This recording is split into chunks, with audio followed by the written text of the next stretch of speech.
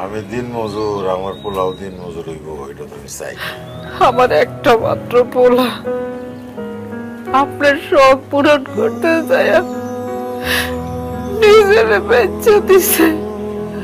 আজকে আমার কি মনে হইতেছে জানো, না হইতে পারলাম পিতা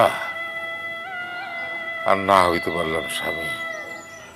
আপনি যত খুশি আমারে অপমান করেন, অসুবিধা নাই, তবু কিছু সময়ের জন্য নয়নরে ভিক্ষা দেন। চুপ! নয়নের এটা শ্বশুর বাড়ি, ওই বাড়ির জামাই, আদবের সাথে কথা বল। তোমরা সবাই যদি এরকম করে মুখ ফেরায় নাও, তাহলে পরে আমি সংসার চালাবো কেমন করে? আমারও তো এখনো কেউ কাজ দিতে চায় না, ওষুধ কিনবো সে টাকাও জোগাড় করতে পারতেছি না। তোমার নিজের পায়ে তুমি নিজে কুড়াল মারছো, ছেলেটারে ধরে রাখতে পারলা না। উচ্চ শিক্ষিত বানাবার জন্য মাতবরের কাছে বিক্রি করে দিলা। ওর মতো ভালো ছাত্র আমার এই শিক্ষক জীবনে আমি পাই নাই। নয়ন আমাদের স্কুলের গর্ব ছিল না। নয়ন যদি আজকে তোমার কাছে থাকতো, তাইলে আর এই বয়সে এত কষ্ট করতে হইতো না। ঋণ না করলে তো আমি নয়ন রে লেখাপড়া শেখাতে পারতাম না। নয়ন রে দেখলে আমার খুব খারাপ লাগে। বেশি পাস ছেলে, যে নাকি একটা ভালো চাকরি করবে, তা না করে সে এখন মাতবর বাড়ির ঘর জামাই হয়ে মাতবরের আড়তে বসে হিসাব কষে। আল্লাহ তো আমার একটা শখ পূরণ করছে, নয়ন রে আমার মতো দিন মজুর হতে হয় না। যাই দুলা ভাই, আমার তো সময় নাই। তাই এত সাজুগুজু করে যাচ্ছ কোথায়? এলাঙ্গা যাইতেছি, একটা বিশেষ কাজ আছে। আপনি একটু দোয়া করেন দুলা ভাই, যেন সাকসেস হই। চলে চলে, নয়নরে বল আমি তারে ডাকছি। হ্যাঁ তো বাড়ি নাই, বাজারে গেছে। জামাইরে বাজারে পাঠাইছিস কেন? ইচ্ছা করে।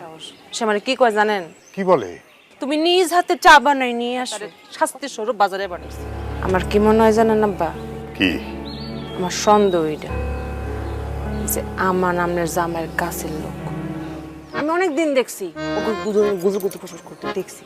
আর কি করব, আমার আমনের জামাইয়ের বাপের বাড়ির খবর আইনা দেয়।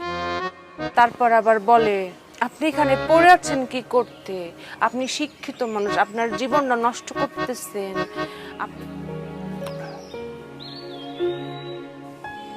এখানে বাপ বেটি কথা হইতাছে, হাক করে তাকে তাই কিছু শুনতেছে।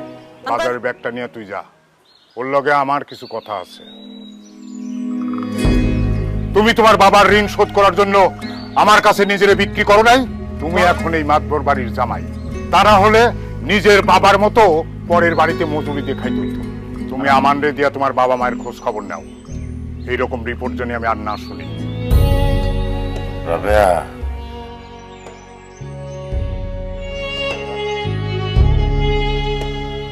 এই যে তোমার জন্য আছে, অসুখ বিসুখে ফল খাওয়া ভালো। এত টাকা কই পাইছেন? কাম পাইছেন?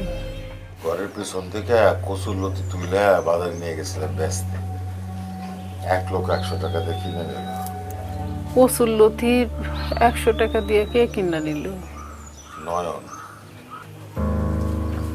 আমার নয়ন, আমার নয়ন আপনার লোকে কথা কইছে। তো নয়নের চোখ দেখে আমি বুঝছি নয়ন আমাকে ভুলে নাই। আমি দিন মজুর, আমার পোলাও দিন মজুর হইব, এটা তুমি চাই। আমার একটা মাত্র পোলা, আপনার শখ পূরণ করতে যায় নিজের বেঁচে দিছে। আমার নয়ন রে আমি দুনিয়াটা দেখাইতে চেয়েছিলাম, কিন্তু দুনিয়াটা যত নিষ্ঠুর সেটা বুঝতে পারি না। আপনারা কি করেন? আব্বা আলতাপরে দিয়ে খবর পাঠাইছে, আপনি আমার দোকানে যান। দেখো আমার শরীরটা একটু খারাপ লাগতেছে। এটা দোকানে গিয়ে আব্বারে যাই এখন। এইভাবে চলতে থাকলে তো আমরা কোনোদিনই সুখী হতে পারবো না। আমি তো আপনার সুখী করার লাইগা বিয়ে করি নাই, আপনার অসুখী করার লাইগা ঘর জামাই বানাইছি। আর আপনার লগে খাজুরি আলাপ করার কোনো সময় আমার নাই। রেডি হয়ে দোকানে যান। বৌমা, এই যে আমাকে গাছের ডাব, বিয়ে বাড়িতে আসবো, খালি হাতে আসি কেমনে? আব্বা তাকে রাগ করবো, যান।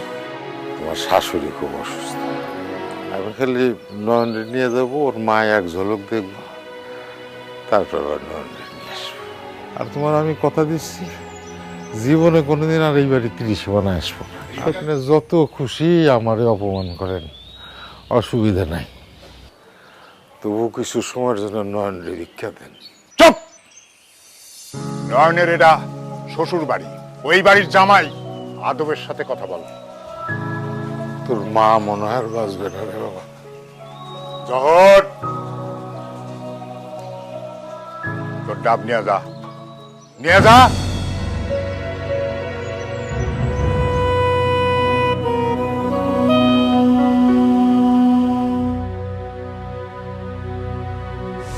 জলি, জীবনে হয়তো অনেক কিছুই পাবো, কিন্তু তোমাকে ভালোবাসার কথা না বলতে পারার বেদনা আমাকে সারা জীবন কুরে কুরে খাবে। তোমার বাবা আমার জন্য যা করেছে তার সম্মান রক্ষা করাই হচ্ছে আমার দায়িত্ব। আমি বুঝি তুমি আমাকে চাও, কিন্তু আমিও যে তোমাকে চাই এই কথা তোমাকে বলা আমার পক্ষে সম্ভব নয়। দুলাভাই, তাও এরে দেখলাম যে ডাব হাতে নিয়ে কাঁদতে কাঁদতে যাচ্ছে। উনাকে জিজ্ঞাসা করলাম কি হয়েছে, উনি তো কিছুই বললেন না। উনি অপমান হয়ে বাড়ি থেকে ফিরছেন না। আপনার সামনে আপনার বাবাকে অপমান হইতে হয়, তারপরে বাড়িতে বসে থাকবেন? সামান চলে বাবু, তুমি চলেন। কোথায় যাচ্ছিস?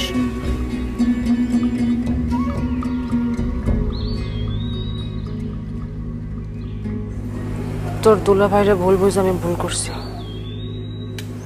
আবার সেদিন তার কোনো অন্যায় ছিল না। সে আপনার সম্মানের কথা ভাই ভাই সে আমার বিয়ের সম্বন্ধে প্রত্যাখ্যান করছিল।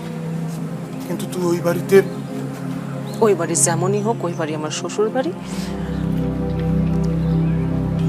রাবেয়া, রাবেয়া, বিশ্বাস করো রাবেয়া, আমি চেষ্টা করছি।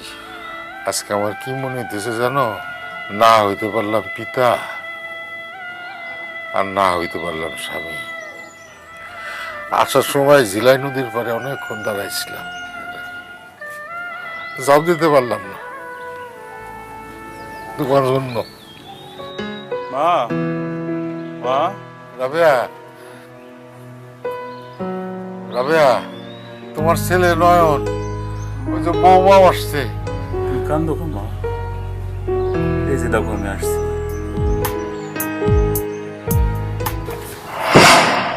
রাবেয়া, মা, রাবেয়া, রাবেয়া,